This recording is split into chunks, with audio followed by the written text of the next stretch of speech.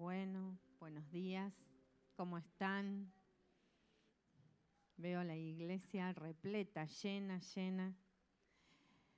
Bueno, la verdad que para mí es un placer, un desafío, una gran responsabilidad poder estar en este momento compartiendo esta temática que nos convoca como familia, nos convoca como iglesia, nos convoca como parte de esta sociedad, ¿no? Primero me quiero presentar un poquito, los veo, me siento tan alta de acá, siempre me gusta estar ahí, caminar. Mi nombre es Marta Copo, de profesión soy psicóloga, estoy casada, tengo 4 hijos.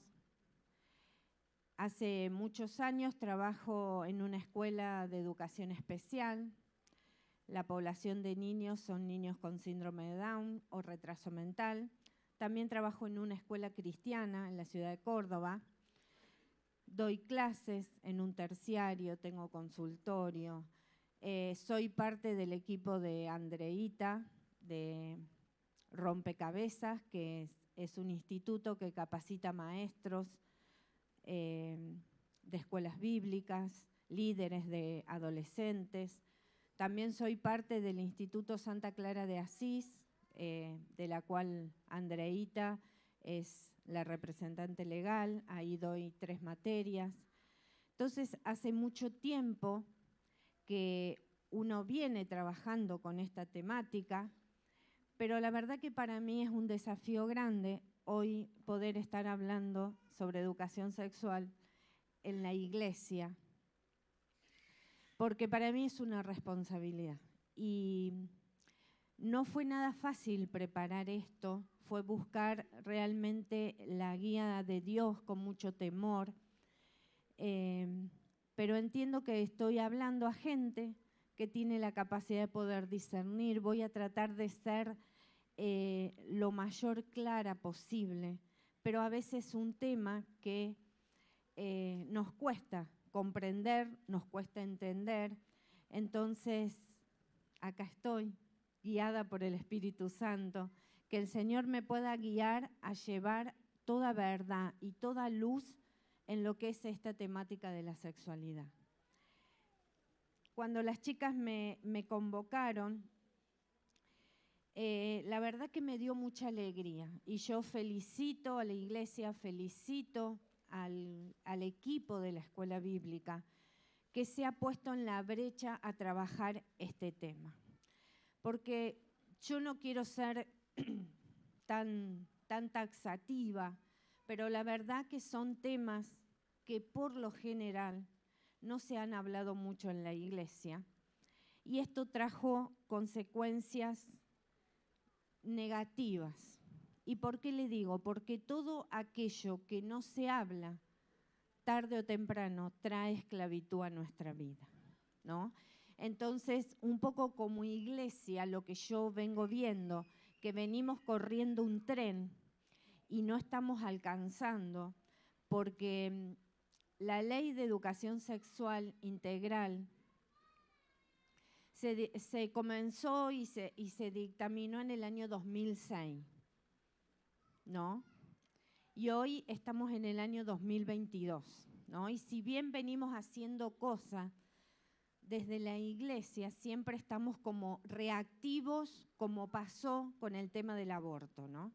Que son temas muy difíciles de opinar y de trabajar, pero en realidad entiendo que somos reactivos, pero en realidad no estamos formando, informando, edificándonos y siempre vamos corriendo, ¿no? Ese tren. Entonces, hoy ponernos en la brecha a por lo menos poner el tema arriba de la mesa, por lo menos comenzar a hablarlo en las escuelas bíblicas, es un gran avance para nosotros. El tema es que esto es como el puntapié de un proceso que debe continuar y es un poco el objetivo de estas 2 plenarias que vamos a estar transitando en este día. Yo en esta primera plenaria que va a ser la mañana vamos a tener como una cuestión más informativa, más de conocimiento, más de poder definir qué es la sexualidad, ¿no? Cuáles son los ejes que plantea el Estado dentro de la Ley de Educación Sexual Integral, cuáles son las diferencias con el diseño del Señor que está planteado en su palabra. Pero a la tarde es otra plenaria y yo los invito a que vengan, porque la verdad que es un tema no diferente, pero se van a quedar con la mitad. Y la mitad en estos temas es como nada. Entonces yo los invito a que puedan estar volviendo a la tarde, porque es una temática diferente, pero es un cierre a lo que en esta primera parte voy a iniciar. Entonces, como le decía, que todo aquello que no se habla trae esclavitud, ¿no? Y como dice su palabra en Juan 10:10, vamos a la otra, cuando el ladrón llega, se dedica a robar, a matar y destruir. Yo he venido para que todos ustedes tengan vida y para que la vivan plenamente. Es traducción lenguaje actual. Y la verdad que esto a mí me llama la atención, que podamos vivir plenamente, ¿no? Porque eso es lo que el Señor Jesucristo vino y pagó un sacrificio, y el sacrificio fue muy grande. Fue muy grande para que hoy nosotros no podamos estar viviendo en plenitud. Este es el anhelo y el deseo del corazón del Señor. Y la pregunta es, ¿a dónde llegó el ladrón? El ladrón vino y se estableció en los hogares, en las familias, en nuestras escuelas. Yo me pregunto, ¿por qué pudo entrar? ¿Nos habremos descuidado? ¿Por qué pudo entrar? Porque en realidad hoy tenemos que ser sinceros. Siempre quiere entrar, siempre está buscando por dónde hay una endijita abierta para entrar. Y a veces el ladrón en lo natural llega porque hay descuidos, porque hay cosas que no están bien cimentadas. Y a veces llega porque tiene que llegar. ¿Y con qué llegó a nuestras familias? Con ideas, con maneras de pensar, con emociones, con ideologías. Con eso llegó el enemigo en relación a esta temática. ¿Y qué quería? Robar autoridad sobre nuestra familia, sobre nuestros hijos, sobre nuestros nietos, y eso es lo que hizo. Robar la autoridad delegada por Dios sobre nosotros. Pero yo hoy no quiero que nos quedemos, porque muchas veces el enemigo me atacó, pero a veces nosotros le damos legalidad para que entre con esas ideas, con esas emociones, porque obviamente como papás, como abuelos, como tíos, estamos muy ocupados. Y esa es la realidad. Trabajamos mucho, los chicos pasan mucho tiempo solos, estamos saliendo de una pandemia que nos encerró. El gran compañero de nuestros hijos fueron los celulares.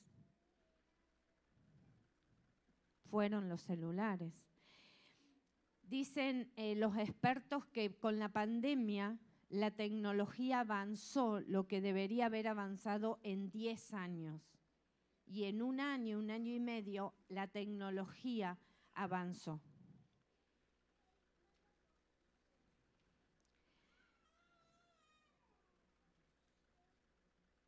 Vino a robar.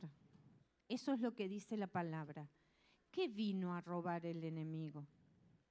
vino a robar la inocencia, la atención, el tiempo, la comunicación, el propósito. Como recién decía, cada uno de estos niños, los que cantaron, los que pasaron con la ofrenda, los que estaban ahí sentados, cada uno de esos niños tiene un propósito.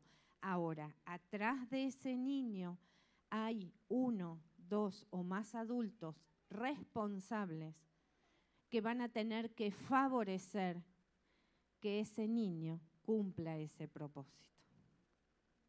A mí siempre me gusta este ejemplo cuando María le dice a Jesús que faltaba vino. Ella lo estaba impulsando para comenzar el ministerio, pero ella lo había cuidado mucho tiempo. El enemigo vino a matar, a destruir, pero para lograr eso, primero toma control de nuestra mente, toma control de nuestro cerebro. Cerebro que ha sido diseñado por el Señor, pero que tiene un funcionamiento que vamos almacenando las ideas, lo que escuchamos, lo que vemos, lo que oímos. Y la pregunta es, ¿dónde estábamos nosotros?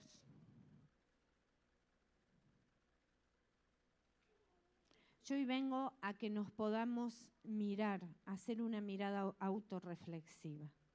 No nos sirve pensar que el enemigo se metió, nos atacó, no.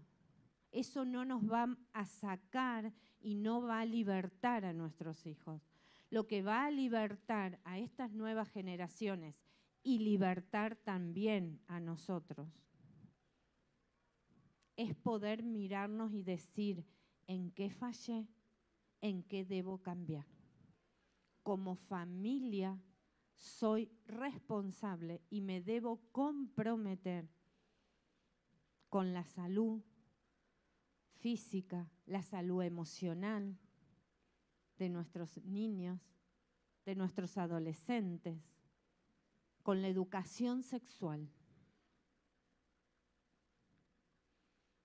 Siempre digo esto porque escucho mucho a los papás cuando llegan al consultorio, cuando hago entrevistas en las escuelas, y yo siempre le digo, no perdemos a nuestros niños y a nuestros adolescentes en la calle, en el mundo.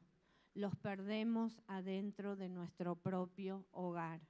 Los perdemos adentro del dormitorio de ellos.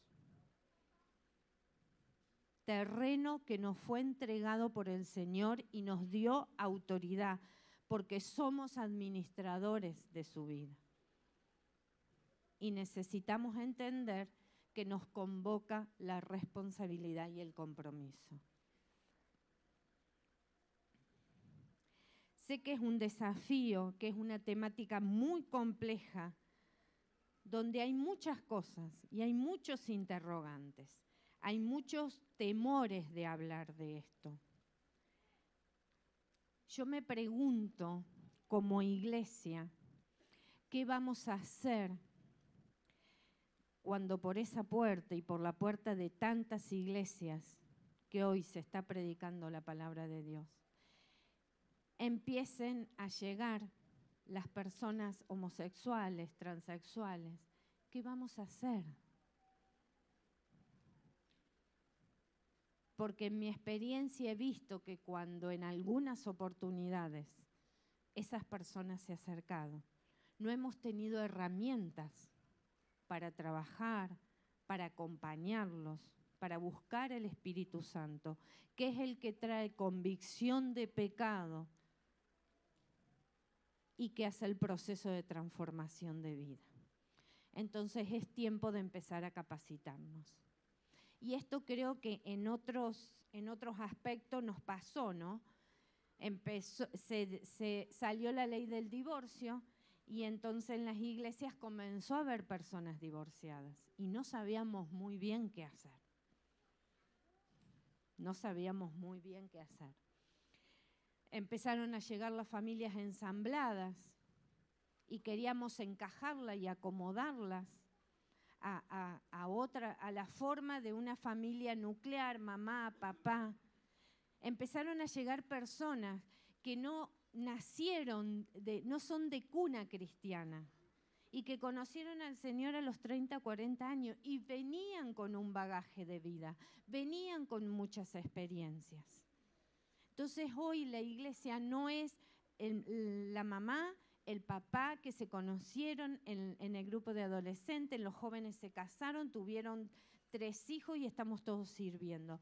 Hoy no es la realidad de nuestras iglesias, pero necesitamos saber cómo trabajar. Y hay algo que siempre digo, el homosexual, la lesbiana, el divorciado, ¿es solo eso? Hasta que le ponemos el nombre de un hijo, de un hermano, de un sobrino, de un tío. Hoy nos convoca a pensarnos. Y en miren, la semana pasada estuve predicando en un congreso de mujeres. Y había otra persona, otra pastora de cuna, y empezamos a charlar de las cosas que hacíamos, y ella me cuenta que hace años atrás su hijo, y lo cuento porque ella lo cuenta, digamos, como testimonio, se sentó un día con ella y su esposo, joven, y le dijo, estoy teniendo pensamientos homosexuales y estoy viendo pornografía y no puedo salir. Entonces ella se le vino el mundo encima, pero hoy a la distancia entendió que eso les permitió revisarse como familias, revisarse qué estaban haciendo, revisarse qué había pasado.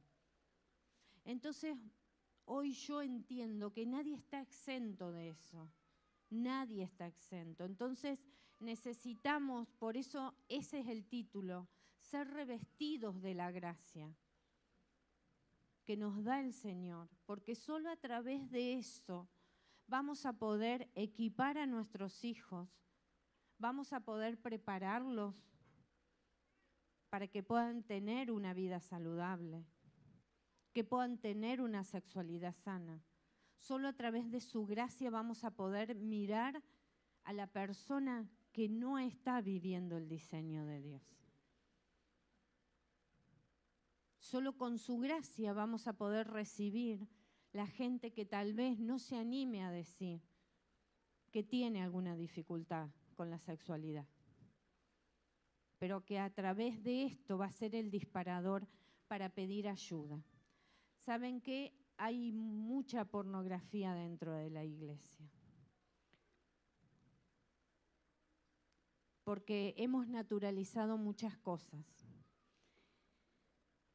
Y en la pornografía se cae solo, pero se sale acompañado. Hay muchas dificultades, producto de no una sexualidad sana, que están en las iglesias y están trabando vivir en la plenitud de Cristo, cumplir el propósito. Entonces es tiempo de decir, el que tenga que levantar la mano, que pueda encontrar una iglesia que abrace y que ayude a salir. Una iglesia que ame por sobre todas las cosas. Una iglesia que ore y que acompañe a transformar esa persona que está sufriendo, pero que no se anima a decirlo. Porque la verdad nos hace libre. Miren, hace, 50, 60 años atrás, la homosexualidad, el lesbianismo, estaba en los manuales de psiquiatría como una desviación sexual, es decir, algo fuera de la norma. Pero ¿saben qué? En la actualidad en el manual de psiquiatría no figura como una ni enfermedad ni desviación. Los tiempos cambiaron y necesitamos prepararnos.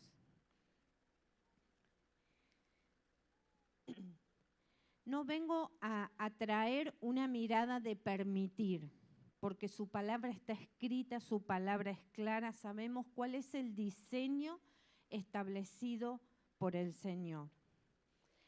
Sí, quiero que comenzamos a través de estas 2 plenarias a tener una mirada reflexiva, una mirada primero para nosotros.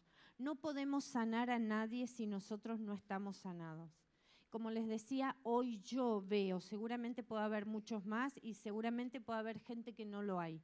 Por mi experiencia y por mi trabajo, ya sea en el consultorio o en la consejería, hoy veo 2 grandes problemas en relación a la sexualidad dentro de la iglesia, que es la falta de perdón por abusos producidos hace décadas atrás, pero gente que aún tiene esa mochila. Y es muy difícil, como estuvieron los chicos, como estuvieron las profes, enseñando a cuidar el propio cuerpo, para que este niño no sea abusado y pueda poner un límite y decir no, si yo no resolví mi propio abuso. Y a lo mejor pensemos que a lo mejor yo perdoné ese abuso, pero lo que aún cargo en mi mochila son las consecuencias de ese abuso, que también me impiden vivir en el propósito de Cristo.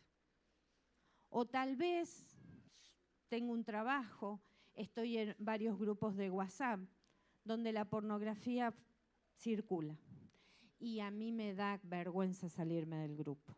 Yo te digo, vas a tener que salir. Porque hoy les estamos enseñando a los niños que la pornografía es mala, pero muchos de los niños encuentran en el teléfono de mamá y papá pornografía.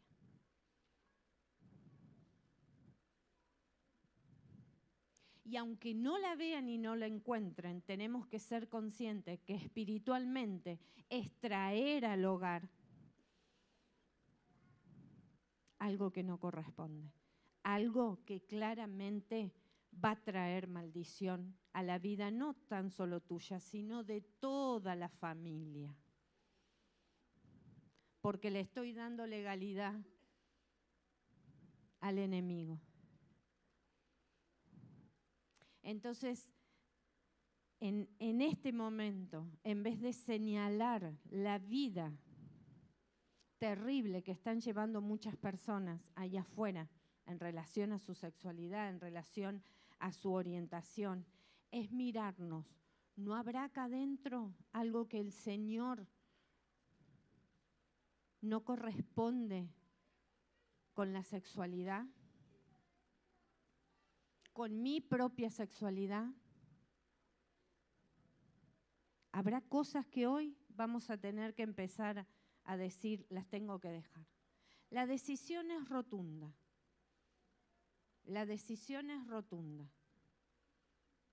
Hay un predicador que me encanta porque dice que hace muchas décadas atrás había una madame que era la que trabajaba, ¿no?, en lo que era la prostitución, pero hoy la madame está en estos dispositivos. La madame está ahí. Y muchas veces nosotros, por no salir de grupos, por quedar bien con el compañero de trabajo, por quedar bien con el grupo de amigos de fútbol, le doy ok y se abre. ¿Y saben qué?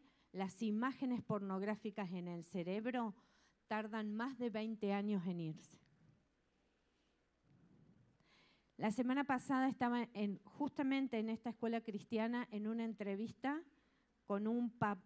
Primero hice la entrevista con la mamá, le planteamos todas las conductas incorrectas que el niño tenía en relación a su sexualidad, ya el adolescente.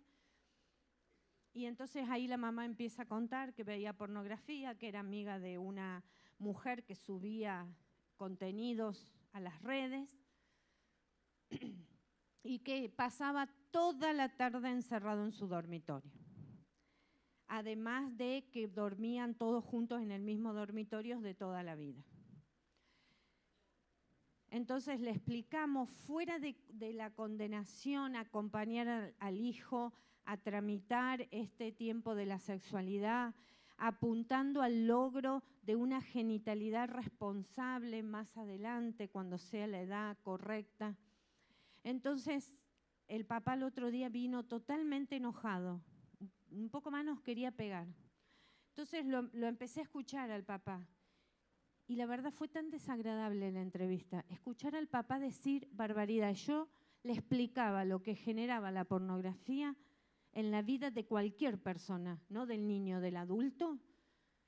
Y él se me reía. En un momento tuve que decirle, papá, ¿me puede compartir de qué se está riendo? Porque no es un tema para reírse, dígame. ¿Saben qué me contestó? No, me estoy acordando de cosas. Realmente una falta de respeto terrible. Entonces yo digo, ¿qué puedo pedirle a ese jovencito? ¿Qué le puedo pedir? Automáticamente me di cuenta que él consumía pornografía, que lo que yo le estaba diciendo que era totalmente malo para su hijo, se me estaba riendo en la cara. Entonces a veces le pedimos a nuestros hijos cosas que nosotros no le podemos dar. Queremos para nuestros hijos cosas que no queremos para nosotros. Y a veces pasa mucho con la fe.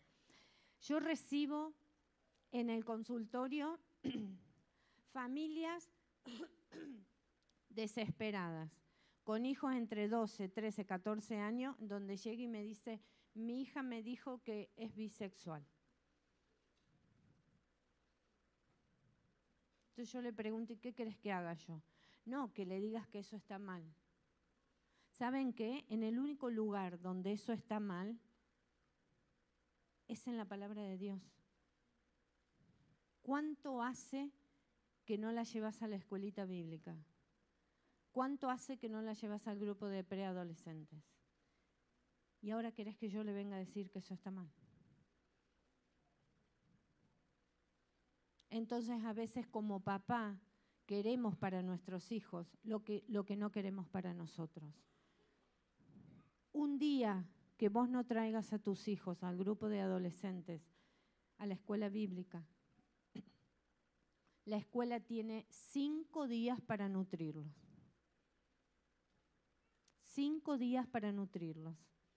¿Vale la pena hacer el esfuerzo? Yo sé que es un esfuerzo terrible llevar a nuestros hijos a la escuela bíblica, a la actividad de adolescentes. Yo sé que es costoso para los papás, pero después te vas a encontrar con estos problemas. Después te vas a encontrar con estos problemas. Una vez que nosotros estemos sanos, vamos a poder ir a buscar esas personas que tanto nos preocupan. Pero hoy yo los convoco a una mirada interna. Debemos entender, vamos a la otra, que sin sanidad no hay santidad. Sin sanidad no hay santidad. Si yo no he sido sana porque le entregué al Señor, porque hice un proceso en relación de tal vez todas las experiencias negativas que yo he tenido en relación a mi sexualidad, malas decisiones que he tomado, es muy difícil lograr la santidad y poder ejercer una sexualidad o una genitalidad conforme al diseño de Dios.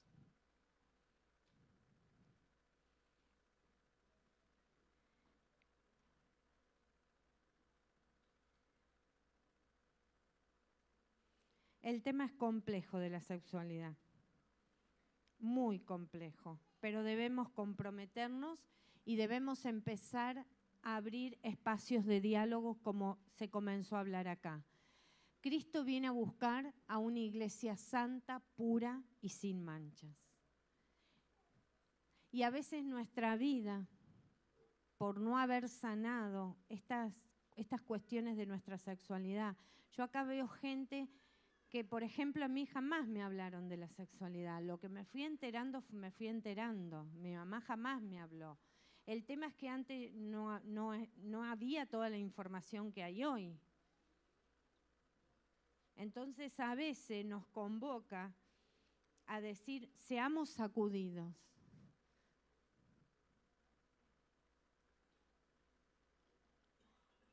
Vamos a la otra. La pregunta es, como mamá, como papá, como tío, como abuelo, ¿qué vas a hacer con el trabajo que comenzó la iglesia? ¿Qué vas a hacer? ¿Lo vas a cajonear o lo vas a continuar?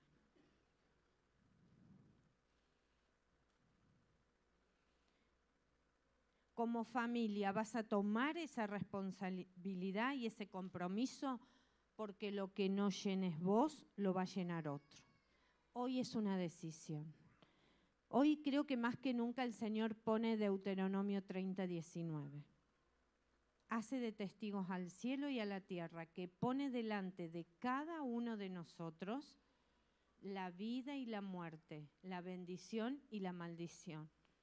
Escoge pues tú, para tu vida, pero también para tu generación.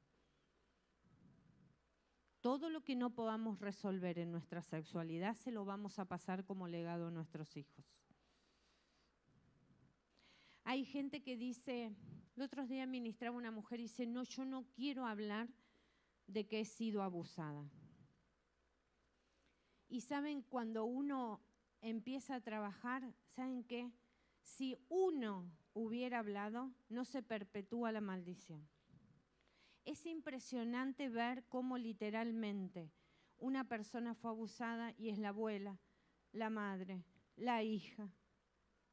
Cómo se perpetúa eso cuando no se habla, cuando no se sana.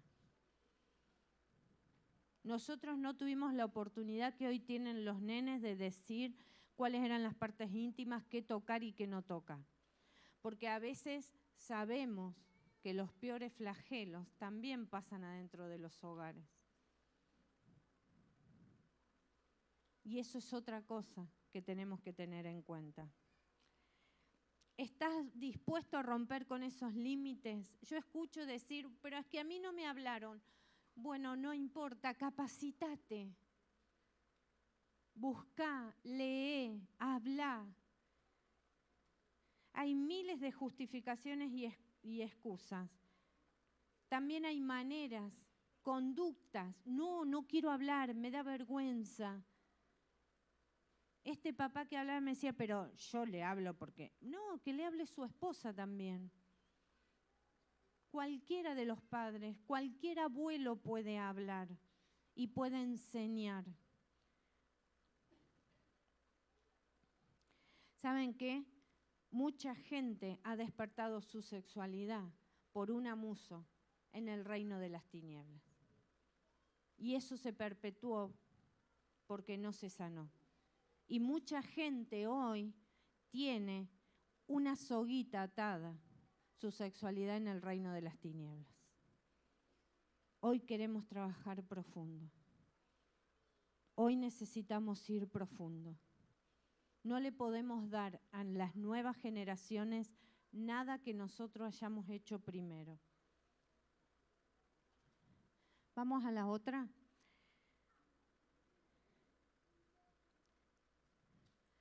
El Programa Nacional de Educación Sexual Integral fue creado por la Ley 26.150 en el año 2006.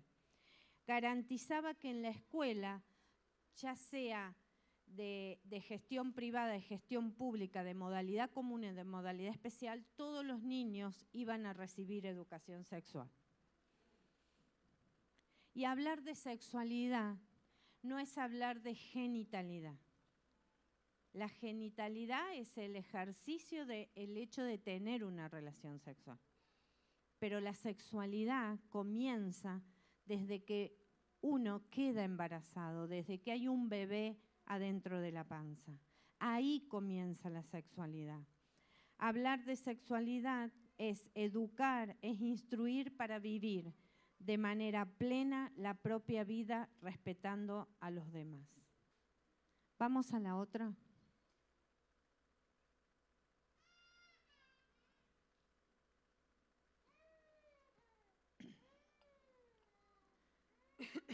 quise traer la definición que plantea la Organización Mundial de la Salud y dice: la sexualidad es un aspecto central del ser humano, presente a lo largo de su vida. Y acá acordamos, el Señor ha puesto este regalo de la sexualidad en nuestra vida.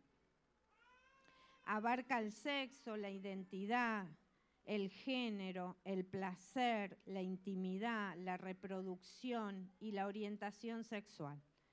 Se vivencia y se expresa a través de pensamientos, fantasías, deseos, creencias, actitudes, valores, conductas y relaciones interpersonales. La sexualidad está influida por la interacción de factores biológicos, psicológicos, sociales, económicos, culturales, éticos, legales, históricos, religiosos y espirituales. La sexualidad es muy amplia. ¿Cuáles son los ejes de la ESI? Vamos a la otra. Y antes de comenzar a trabajar estos ejes, yo quise poner este versículo bíblico. Y acá dice, no se ve muy bien por la claridad, pero dice, Primera de Tesalonicenses 5:21. Pónganlo todo a prueba, pero quédense nada más con lo bueno y rechacen todo lo malo. Cada uno va a tener la capacidad. Yo voy a hacer mi evaluación, pero seguramente ustedes puedan entender que hay cosas que no tienen que ver con la palabra de Dios, pero hay otras cosas importantes para tomar. Porque también es esto, nos están ganando terreno, ganaron terreno, introdujeron la educación sexual integral a como les parecía a ellos, y nosotros en las iglesias y dentro de las familias nos costaba hablar mucho de educación sexual. Dice, el primer eje es reconocer la perspectiva de género. La perspectiva de género es un modo de ver la realidad y las relaciones entre los varones y las mujeres. Estas relaciones, como todas las relaciones sociales, están mediadas por cuestiones de poder. Y muchas veces esa distribución del poder es desigual y genera desventajas, sobre todo para con las mujeres. Nosotros sabemos y analizamos que venimos y aún tenemos una sociedad muy patriarcal, donde la mujer ha sufrido mucho, donde todo le ha costado el doble. Hemos conquistado muchos espacios. Y está bueno que hayamos conquistado muchos espacios.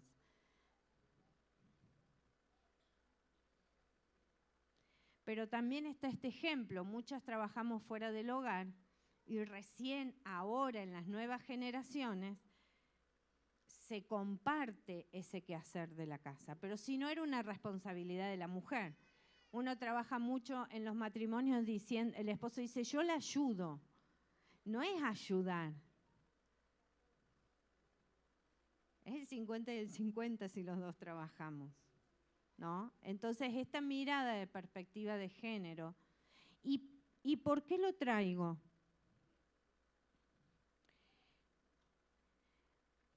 Primero porque es importante comenzar a problematizar el tema de algunos estereotipos, que no quiere decir cambiar. Yo entiendo que entre el hombre y la mujer, el Señor creó una complementariedad positiva.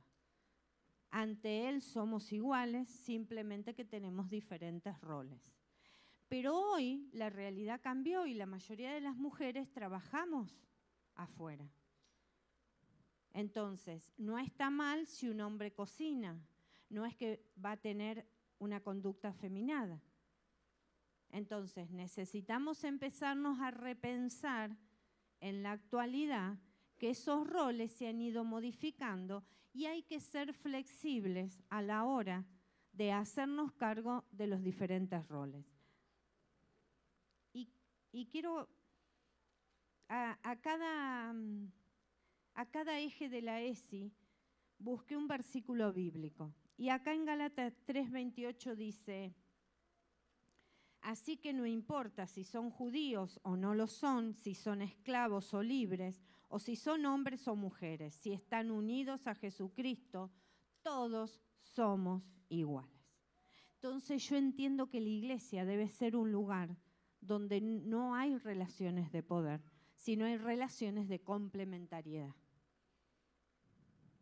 Y esto no quiere decir que no haya una autoridad, sino quiere decir que no vulnerar el derecho de nadie porque es varón o porque es mujer. Entonces yo digo, bueno, es importante tomar este eje, ¿no? Y quiero ir a Lucas 8, 22, 24, que habla mujeres que ayudaban a Jesús, porque yo entiendo que Jesús tuvo un trato tan especial con la mujer, tan especial. Dice, los días siguientes Jesús fue por muchos pueblos y ciudades anunciando las buenas noticias del reino de Dios. Con Jesús andaban también sus 12 discípulos y muchas mujeres. Estas mujeres ayudaban con dinero a Jesús y a sus discípulas. Algunas de ellas Jesús las había sanado de diferentes enfermedades y de los espíritus malos. Entre esas mujeres estaba María, a la que llamaban Magdalena, que antes había tenido 7 demonios. También estaba Juana y Susana. Juana era la esposa de Cusa, el administrador del rey Herodes Antipa. Fíjense lo importante que es la igualdad en el rol de la mujer y del hombre. La igualdad. Todos somos iguales delante de los ojos del Señor. Y acá viene otro eje importante. Vamos al que sigue. Ese recién lo vimos. Dice respetar la diversidad. Y acá este eje se empieza a poner complejo. Porque obviamente parte de este eje no es el diseño de Dios. No es el diseño de Dios. Pero a mí me gusta rescatar esta palabra. Respetar la diversidad. Lo que pasa que cuando llegamos, hablábamos con el equipo pastoral de que la ESI se está bajando mal en las escuelas. Porque en realidad yo como cristiano debo respetar la diversidad. No quiere decir que la avale, que la firme, pero yo debo respetar porque Jesús respetó a la mujer adúltera. Jesús respetó a la samaritana. Jesús respetó a Zaqueo. Jesús no le faltó el respeto porque ellos estaban en pecado y no estaban viviendo como Dios quería. Y saben que la homosexualidad no es el peor pecado para el Señor. Y al homosexual no lo vamos a cambiar nosotros, lo va a cambiar la convicción del Espíritu Santo. Pero nosotros debemos tener una mirada de respeto, porque como les vuelvo a decir, ¿qué pasa si eso lo tenemos adentro del hogar? ¿Lo vamos a tirar? ¿Lo vamos a desechar? ¿O el Señor dice que ames a tu prójimo? Por eso quiero que quede claro, no vengo a avalar nada de eso. No vengo a hablar en contra del diseño de Dios. El diseño de Dios es la unión de un hombre y una mujer. Ese es el diseño de Dios. Pero hoy hay otros diseños y la pregunta es, ¿qué vamos a hacer como iglesia? ¿Vamos a juzgar? ¿Vamos a condenar? ¿Vamos a señalar? ¿Entorpeciendo aún el proceso que el Señor quiere hacer? ¿Qué pasaría si en la iglesia a lo mejor una persona viene y está 3 años escuchando la palabra de Dios y un día el Señor lo transforma? Si viene y yo le digo, no, tenés que cambiar ya si no te vas. ¿Qué pasaría? ¿No estaríamos siendo piedra de tropiezo para la obra del Señor? Debemos empezar a pararnos firmes en su palabra. La ESI se está bajando mal en las escuelas, porque cada uno la baja como quiere, porque el sistema educativo no estaba preparado para eso. Había que capacitar primero. Yo les comentaba que lucho en mi escuela porque hay una jovencita que es cristiana evangélica y en su iglesia el pastor le enseñó a que se tiene que usar pollera nada más. Y sabemos que hay muchas iglesias que tienen esa costumbre. Y peleo con las docentes porque las docentes le dicen, se la tiene que sacar. No, ¿por qué? Si me dice respetar la diversidad y dentro de la diversidad estamos nosotros. Dentro de la diversidad estamos las personas que entendemos que el diseño de Dios es el que trae bendición y es donde debemos pararnos para vivir en ese diseño. Pero a veces nos hemos ido callando porque es tanto el ataque. Ahora la pregunta es, ¿qué hay detrás de esa persona que eligió ser homosexual? En una charla de los pastores Sinali que hace años trabajan en este tema, cuenta el pastor en uno de los cursos que hice que una persona en un momento se levanta y le pide el micrófono. Y a él le dio mucho temor porque había estado hablando de homosexualidad. Y él se había dado cuenta que esta persona estaba con su pareja que era homosexual. Entonces dice, bueno, lo mira el pastor de la casa y le dice, bueno, dáselo, qué sé yo qué ir a decir. Entonces esta persona se paró y dijo, si yo hubiera escuchado esto hace 20 años atrás, no hubiera tenido esta elección. ¿Saben por qué? Porque esa persona había sido despertada sexualmente por un hombre. Y ese fue el deseo que conoció. Entonces, atrás de estas personas que están eligiendo estas cosas que no tienen que ver con el diseño de Dios, hay una historia. Hay una historia. Hay una historia.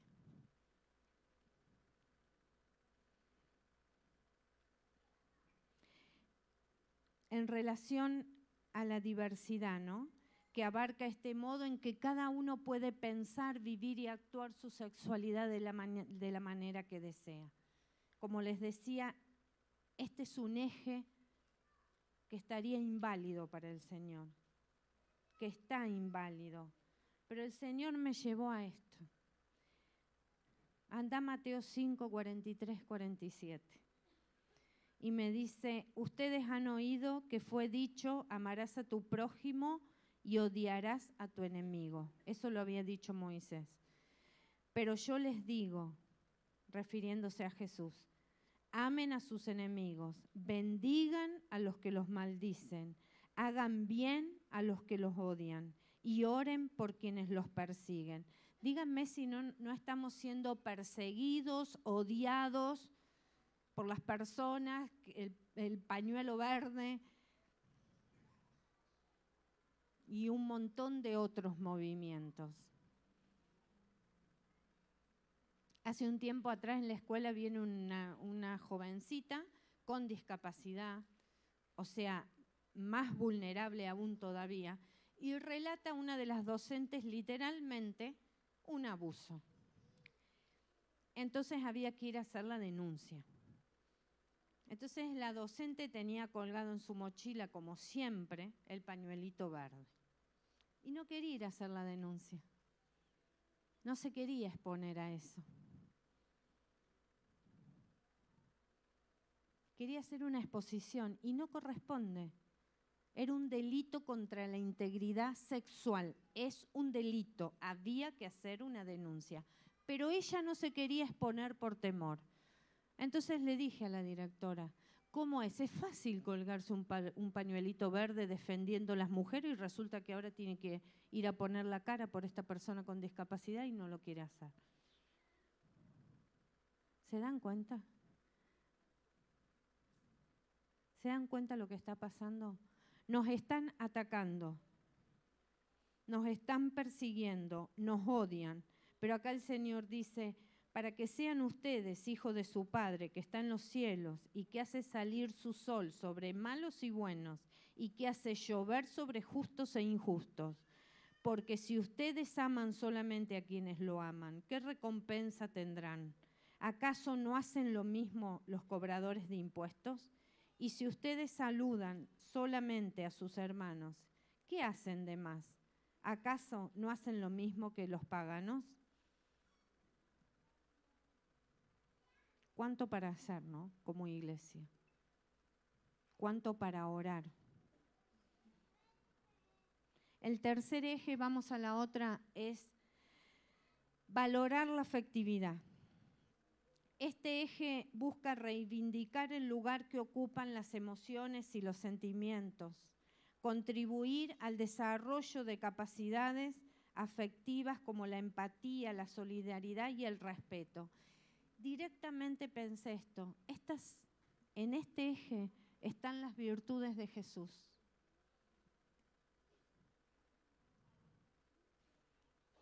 Este punto es central para la educación emocional. Tanto necesitamos hoy la educación emocional para erradicar la violencia instalada en todos los ámbitos de la sociedad, en todos los ámbitos de la sociedad. Entonces es un eje muy importante a trabajar.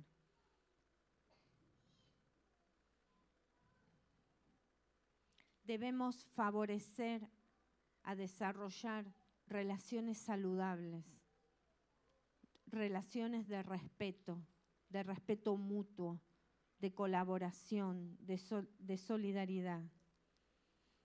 Y en Romanos 12:18 dice, si es posible, en cuanto de ustedes dependa, estén en paz con todos los hombres.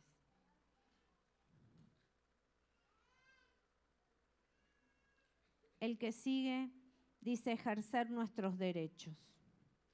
Y este eje pone en evidencia que tanto niños y adolescentes tienen derecho, con la capacidad de participar, de hacer oír su voz y no sufrir ningún tipo de discriminación. Y que los adultos y el Estado somos los responsables de que esto se cumpla. Entonces, cuando viene un niño a contar, debemos escuchar. Cuando viene un adolescente a contar, debemos escuchar. Y este es el otro eje de la ESI, que ellos tienen derecho a hablar, tienen derecho a tener espacios de respeto saludable, de diálogo, de confianza, donde puedan contar lo que les está pasando. Y la iglesia debe ser uno de esos lugares con que los niños y los adolescentes cuentan en este tiempo. Deben poder contar que se han hecho amigos virtuales y que se están dando cuenta que no es correcto. Deben poder venir a contar que el noviazgo que están llevando a cabo hay muchas cuestiones de poder y hay violencia y debemos poder escucharlos. Este es el derecho de los niños. Nosotros como adultos y como iglesia debemos ocupar ese lugar. Debemos abrir ese espacio al diálogo. Debemos ser adultos referentes de confianza en los que ellos puedan venir a contarnos. Que no sigan pasándole cosas internamente y ellos no tengan dónde ir.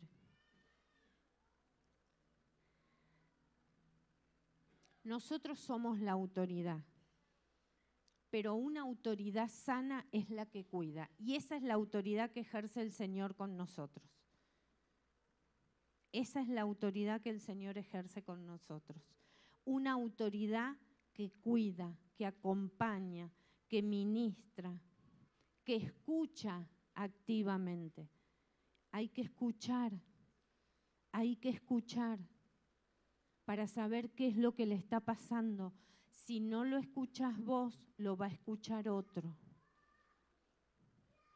Y como el otro lo escuchó, va a tomar el consejo de ese otro.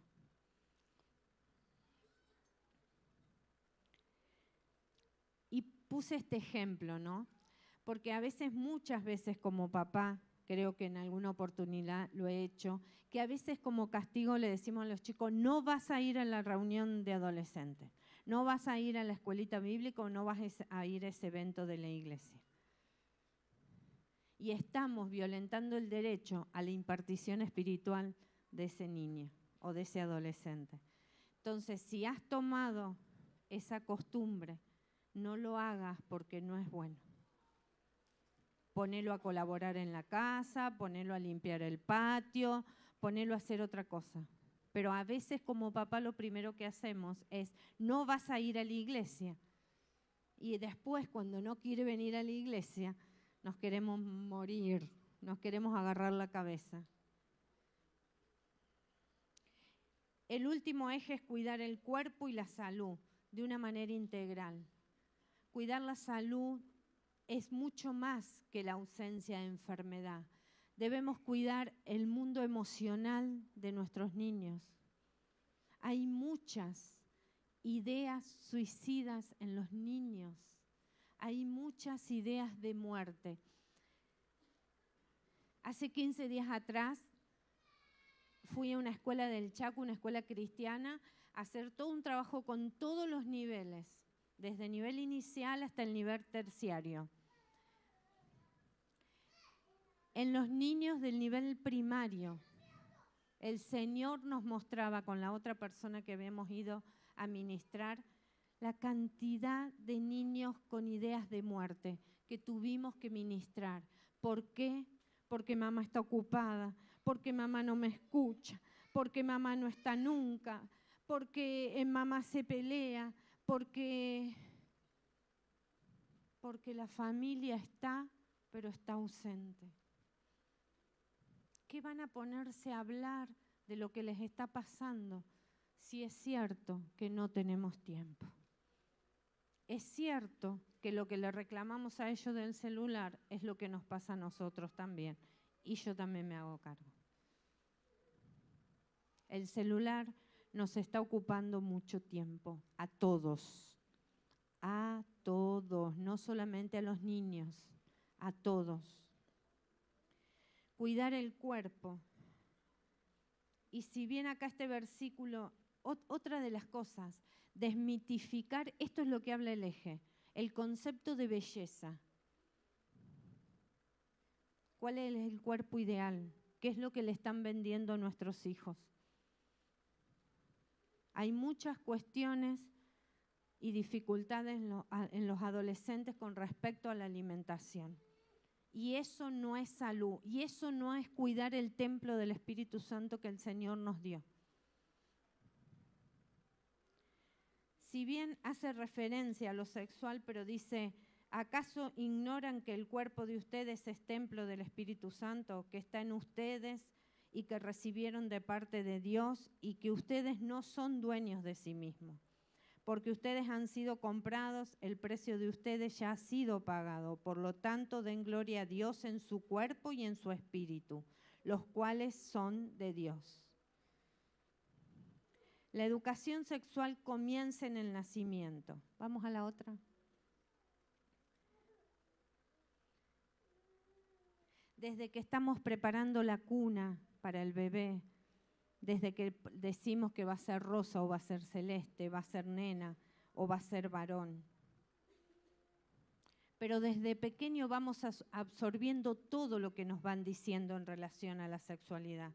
Las conversaciones que los mayores tienen, los chistes que los mayores hacen en relación a la sexualidad y los niños escuchan. Todos recibimos educación sexual. Las personas no nacen ni heterosexuales ni homosexuales.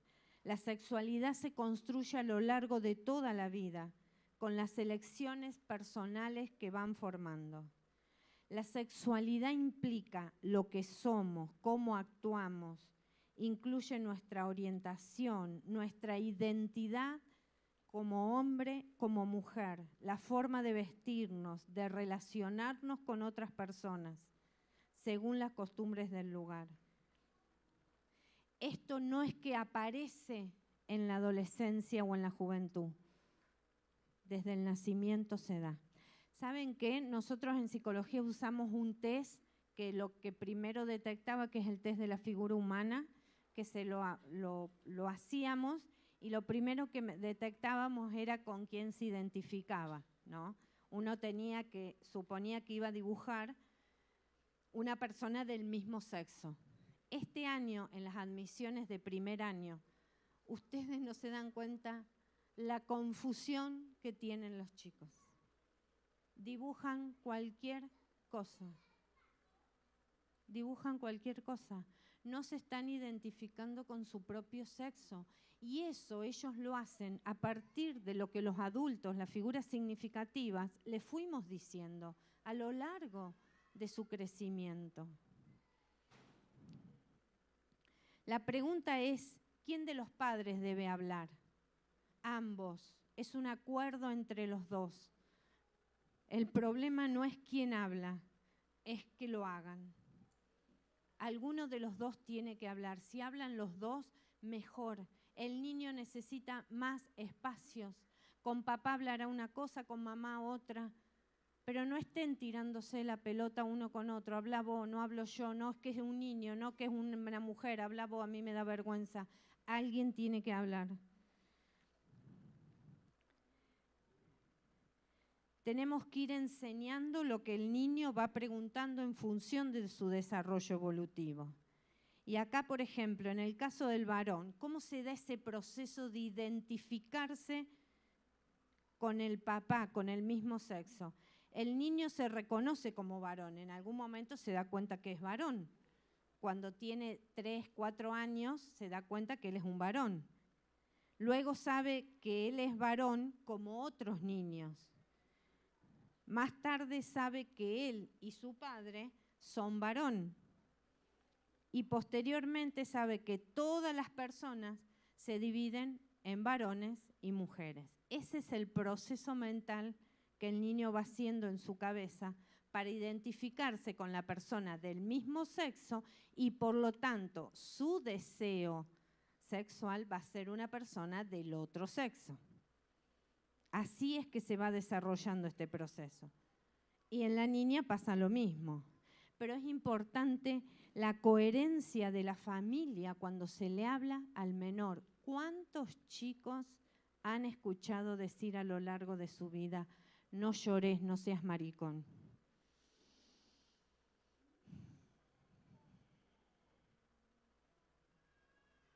A veces las mamás tratamos al hijo varón como si fuera una niña. Hasta a veces les déjalo que use mis zapatos, total. Déjalo que se ponga ese vestido. Y esto no tiene que ver con que el varón ayude en las tareas de la casa. Estoy hablando de otras cuestiones que tienen que ver con identificar si que son propias de la masculinidad y que son propias de la feminidad. Tiene que ver con eso.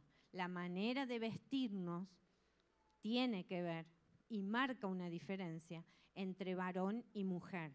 Que el nene guarde los juguetes no marca una diferencia entre varón y mujer.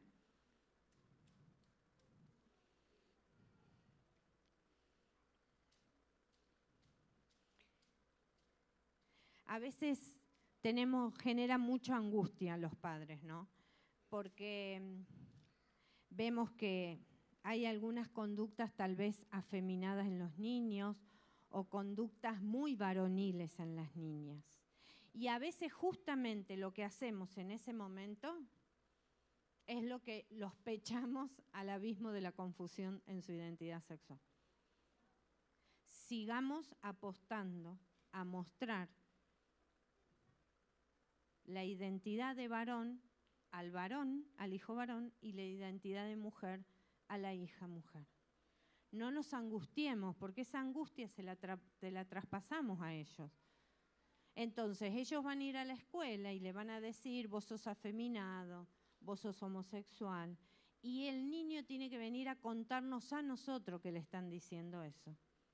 Y no dejar que eso se vaya a instalar, porque nosotros sabemos que las palabras tienen poder de dar vida y de dar muerte. Vida, el diseño de Dios. muerte, el antidiseño de Dios.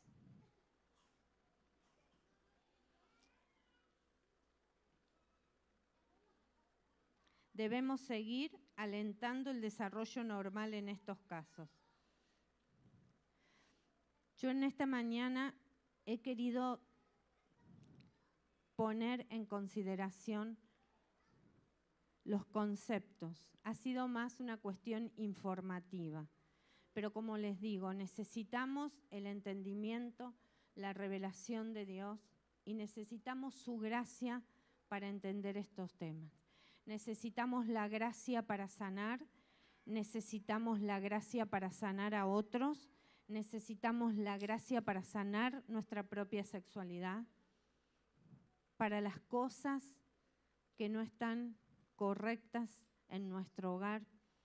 Y a la tarde la charla va a estar más apuntada a la restauración de la sexualidad y al equipaje que necesitamos darle a nuestros hijos para que después no nos agarremos la cabeza.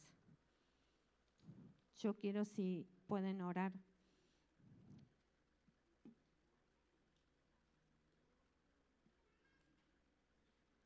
Yo creo que en este tiempo nos podamos tomar, yo sé que ha sido mucha la información, pero que nos podamos tomar un tiempo, porque a cada uno el Señor quiere mostrar algo diferente. Cada uno tiene una historia personal con este tema. Entonces, más allá de la información, el Señor y el Espíritu Santo hoy está con muchas ganas de hacer cosas nuevas en nuestro corazón, de resetear algunos recuerdos que no han sido gratos a lo largo de nuestra vida y que están impidiendo hoy ser los papás que nuestros hijos necesitan. Amén. Los espero a la tarde, pero tomamos este tiempo para poder encontrar lo que Dios quiere mostrarnos. Gracias.